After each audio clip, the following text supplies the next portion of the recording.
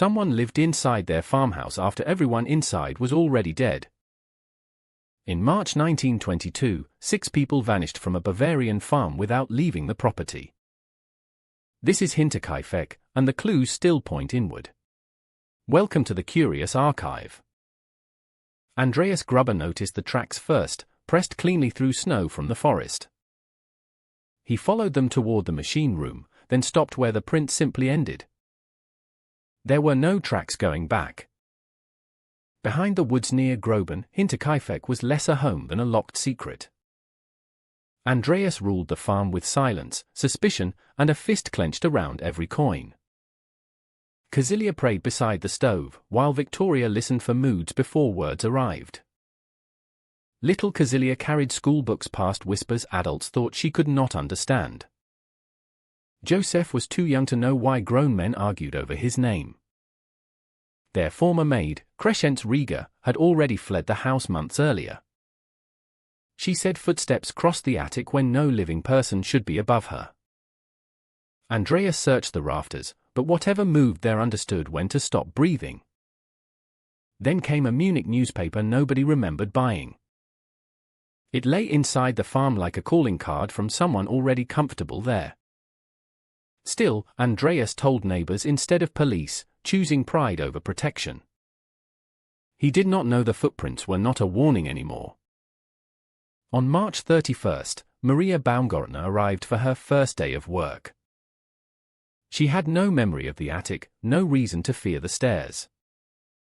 Viktoria showed her the room, while the farmhouse settled around them with old wooden cliques. By dusk, the animals needed feeding, the stove needed tending, and the barn waited. Someone knew exactly which sound would draw Andreas through that door. Andreas stepped into the barn first, carrying the lamp that made him visible. Cäzilia followed, perhaps hearing only a familiar household delay. Viktoria came next, leaving warmth behind for the last cold errand of her life. Little Cäzilia rose from bed, not knowing darkness could call with a family voice. In Maria's room, the new maid was still unpacking. She never even got a second morning at Hinterkaifeck. By morning, smoke still rose from the chimney. The animals were fed.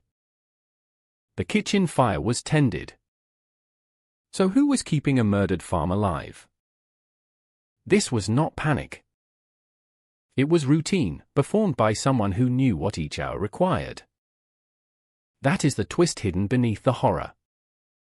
The killer may not have been escaping Hinterkaifeck. The killer may have felt entitled to remain. Outside, neighbors saw signs of life and accepted the lie. Little Cäzilia did not arrive at school. Letters went unanswered. Appointments were missed. Still, the farm breathed smoke like nothing had happened. On April 4th, worry finally became stronger than rural politeness. Lorenz Schlittenbauer entered with neighbors, calling names that would never answer. In the barn, straw covered what the killer wanted hidden. One neighbor staggered backward before the full truth was even visible. The farmhouse still had one more room to reveal. Maria was found apart, as if the house had saved its newest secret for last.